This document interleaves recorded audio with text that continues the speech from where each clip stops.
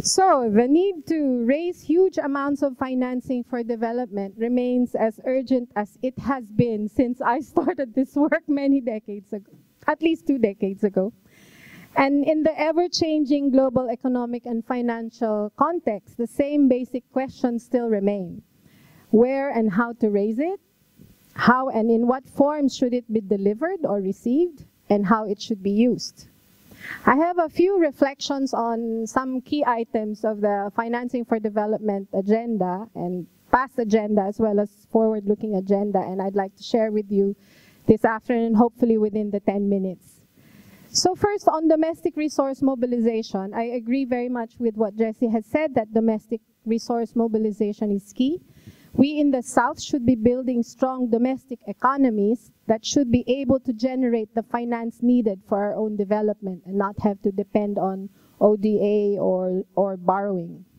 We are on the right track, the development finance community, in pursuing some of the critical issues as far as domestic resource mobilization is concerned. Tackling illicit financial flows, for instance, which Jessie has mentioned, addressing much needed changes in the global and national tax systems, which Tove and I are working on, and addressing unsustainable debt servicing, for instance, that Bodo is focusing on in Eurodad, that we're also working with him.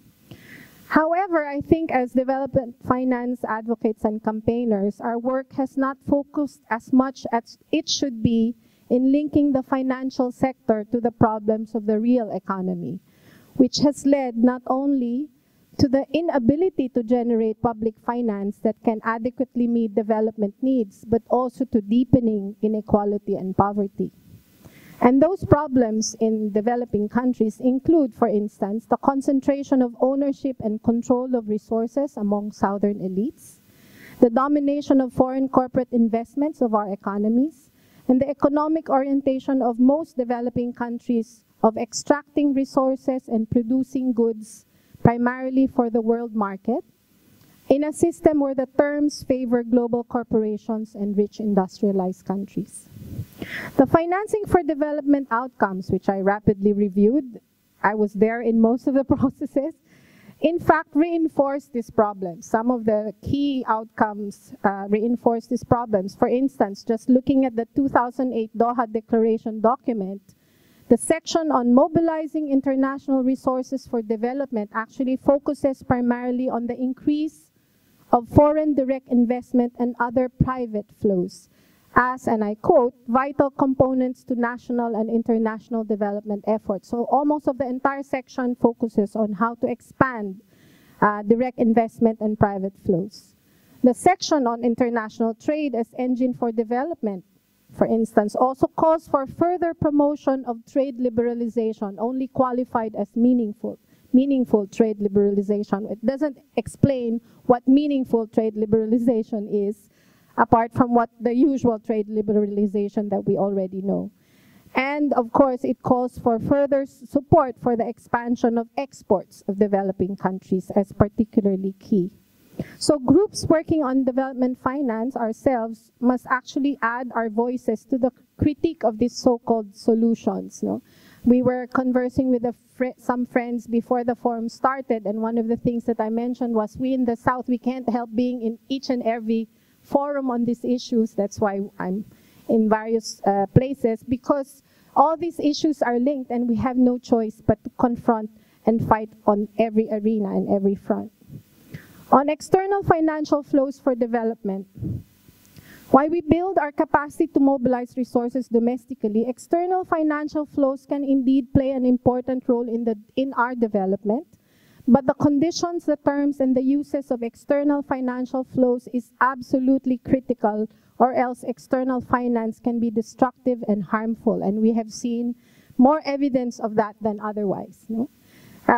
Jessie calls it the quality of financial flows, but that word is very loaded, what we mean by quality. We should stay on course on the work of ODA, on external borrowings, on debt and responsible finance. Though I must say we have dropped the ball a bit on illegitimate debt and have not made much progress from the gains that we achieved in earlier years. An area which we must do more work on, and I think Maria Jose will like this, is the great push for private capital investments in development. The scope and forms of involvement of private capital in development is rapidly expanding, no longer just limited to the forms that we know, like privatization or private-public partnerships. The big justification is that public finance is limited, especially because of the financial and economic crisis.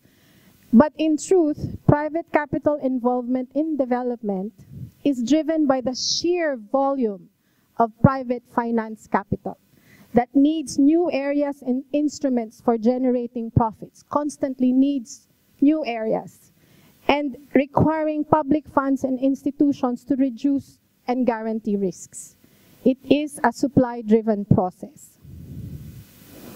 And on a related issue, on the topic of systemic reforms, we must say that, and we must note that the financial crisis that erupted in 2008, since then, there has been much analysis, discussions, and proposals regarding the regulation and reform of the international financial system. But there has actually been very, very little progress in regulation or in reform. What has been accomplished is mainly stimulating the system for it to function again in pretty much the same way. It has in the past, prior to the crisis, with just a cosmetic curbing of a few excesses. The radical analysis and prescriptions that came out in the first years of the crisis among civil society groups, all of us in this room included, have seemed to have lost momentum or lost steam. We need to recover that momentum. New challenges. While the focus is on development finance, we must also include climate finance in this discussion.